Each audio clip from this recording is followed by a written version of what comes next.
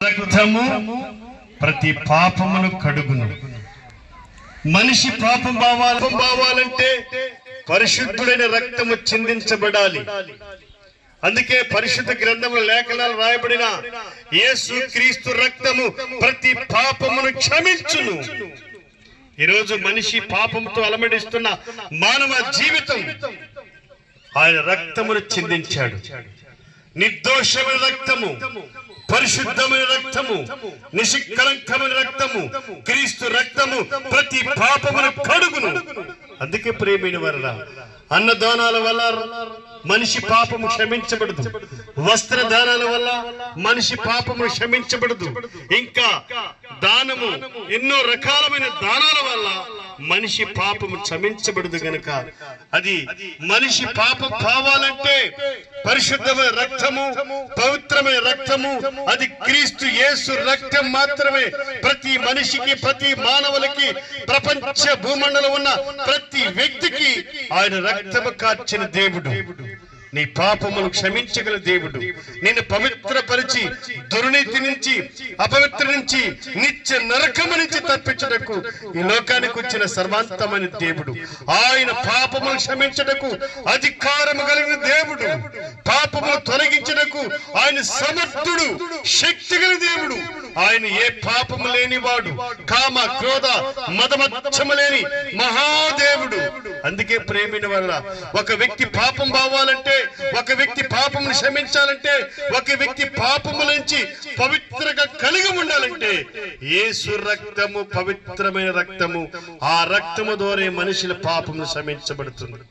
ఈ రోజునైనా, ఈ దినమునైనా క్రీస్తునందు విశ్వసించి నీ పాపములు ఒప్పుకొని, నీ పాపములు దేవుని ఎదుట ఒప్పుదనము చేసిన వేళ నిన్ను క్షమించి, పరిశుద్ధ గ్రంథములో దేవుని వాక్యము చెలవిచ్చినట్టుగా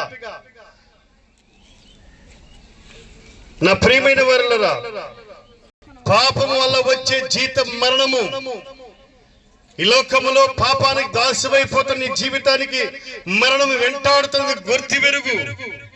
ఆ పాపం వల్ల వచ్చే గొప్ప జీతం నరకము, అగాధము, భయంకరమైన చీకటి.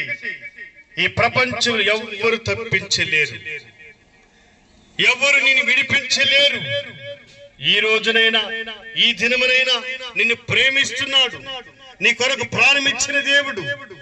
ఆ పాపము నుంచి విడిపించుటకు నీకు రక్షకుడుగా, దేవాతి దేవుడుగా ఈ లోకానికి వచ్చినాడు. నీ పాపమును ఒప్పుకొని ఆ పాపం నుంచి విడిపించి పవిత్రమైన దేవుణ్ణి నువ్వు రక్షణ పొందితే నీకు జీవము అనుగ్రహిస్తుంది.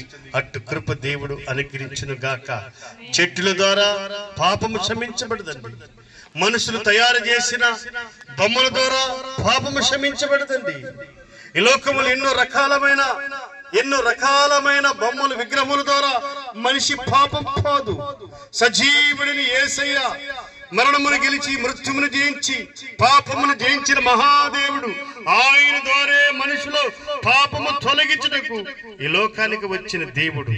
నువ్వెన్ని రకాలమైన జీవాలు నరికినా పాపం పోదు. పరిశుద్ధుడిని దేవుడు మన కొరకు బలియాగముగా, సర్వ బలియాగముగా అర్పిన మహాదేవుడైన ఆయన నీకు రక్షణ కలిగించుటకు, నీ పాపము క్షమించుటకు ఈ లోకానికి వచ్చిన దేవాతి దేవుడు. అటు కృప మీ అందరికి దేవుడు దయచేసి మీ పాపమును క్షమించి దుర్నీతి నుంచి విడిపించి మిమ్మల్ని పవిత్రపరచును గాక. ప్రార్థన చేయక